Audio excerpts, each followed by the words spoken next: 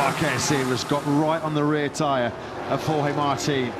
He might have got this tactically spot on at Marquez. At the moment, out of all of this traffic, minding his own business and getting the business done at the moment in terms of pole position is the world champion, Bagnaia. As you can see there, up by nearly a tenth and a half. He's deep into the third sector. He goes. And Marquez, well, the pace behind Martin was just too hot to handle in the hot conditions. That is another big Q2 mistake, you have to say, from Marc Marquez.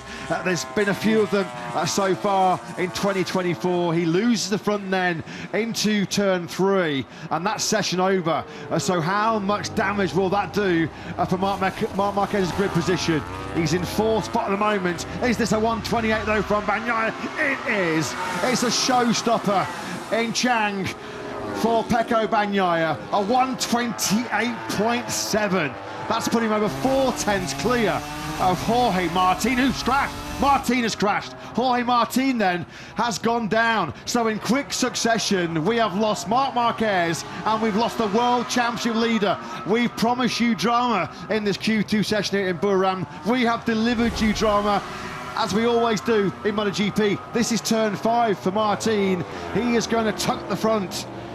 That's turn 5. Through the long lap penalty loop goes Martin. That is not turn 9, it's turn 5. Out of 4 he goes. Back 1 gear into turn 2. Exactly the same point as Fabio lost the front, but there was no saving it for Jorge. Enea Bastianini has got himself up into 2nd place. We have a factory Ducati 1-2. It is Q2 over for Martin and for Marc Marquez. Marquez then now back in 5th place. Well, this is turning into a crash fest. It's a session of attrition, this, isn't it, here in Buriram.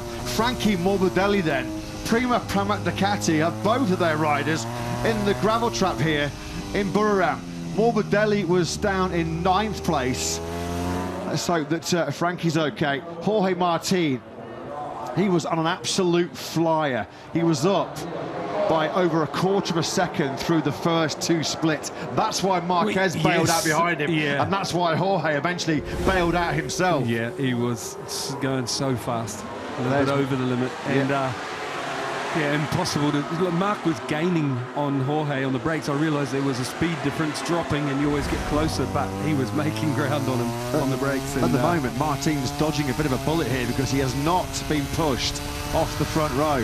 Yeah, it's only because his first time was so good. Yeah. So a 129.130.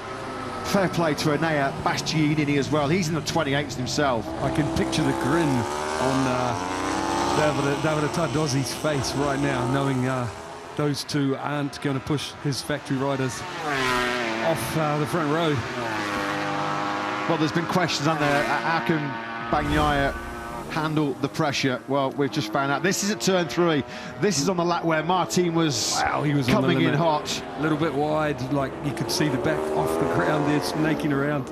Look, you watch here, as he tips it in, it's still floating around the rear tyre, super weight on the front, and down it goes. But hey, he was trying to pull off something special, you know, behind Jorge. You saw his reaction. Look at that, he's absolutely raging.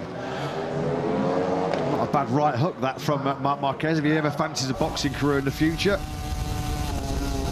He's livid, he's really angry though, isn't he? At the moment though, once again, because of his excellent first lap, that 129.3, this crash is not proving perhaps as costly as we might have first feared, because he's hanging on to a place in the 2nd row in 5th place. What about Marco Bezzecchi? Can he do a favour to his VR46 stablemate, Pecco Bagnaia, and push Jorge Martin off the front row of the grid here? On this lap he won't be. Look, oh, Marco, how aggressive was he squeezing that front brake. Twitch there as well as he hit the apex through 12.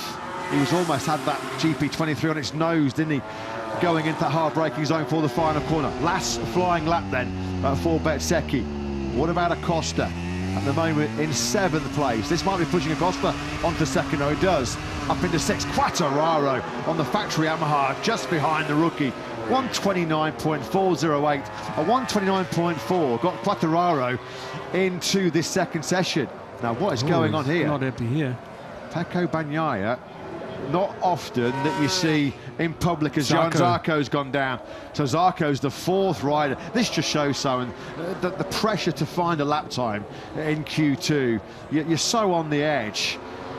Getting a verbal barrage from Bagnaia there, wasn't he? Was his crew chief, Christian Gavarini. I think they know. He's got pole position as Marquez comes back. You don't often see Bagnaia venting at his crew in public. If he's going to do his venting, it's normally behind closed doors, but agitated, a little bit angry there. Certainly, what will put a smile on his face is the outcome of that Q2 session. What a dramatic Q2 session that was, as Pecco Bagnaia finds a blistering 1:28.700, which is going to take his 29th career pole position. A front row which will feature Bastianini and Martin, and all Ducati front row. Martin getting out of jail in some respects after his crash. Marc Marquez begins the post-mortem with Frankie Carcetti. What about Maverick Vinales? How's Top Gun going at the moment? Not figuring anywhere near the top of the timesheets, unfortunately. The factory Aprilia rider, that late flurry there from the Spaniard moves him up into 10th place. So that is it. What a session that was. Marc Marquez crashing out following Jorge Martin, and then 2 corners later, Jorge Martin, the world championship leader, crashing out, thankfully without consequences in terms of injuries. Let's go back down to pit lane. Davide Tardozzi called it, how important it was going to be on the front row of the grid. Well, both Bagnaia and Bastianini are on that front row. Let's get some thoughts from Davide with Jack. Yeah, indeed. He told us before the session this was going to be an important one, and your 2 guys have delivered. First and second, just how important a Saturday morning is that for you? Yeah, it's very important, but we know that Jorge is 3rd, he's in first row too, so that's not the case because he's leading the championship, so it will be a very, very tough race. Again, I think that it's very important today and tomorrow mainly to be in front of Jorge, to try to recover some points and then keep the championship open. Just finally, we saw Pecco a little bit frustrated when he came in, talking to you. What was that all about? Nothing. He would like to do the practice start, but we said that we keep the bike very, very, very low on fuel, so it was important to have the most performance on the bike, and there was no way to put fuel and go out for the practice start. Great job, Davide. Congratulations. Thank you. Yeah, thanks for that, Jack. Thanks very much to Davide Tardozzi. Pecco Bagnaia's 22nd MotoGP pole position, of course, having spent his entire career with Ducati. He's now the most successful Ducati rider in terms of Premier Class pole positions, and that was a brilliant lap, wasn't it, here in Buriram.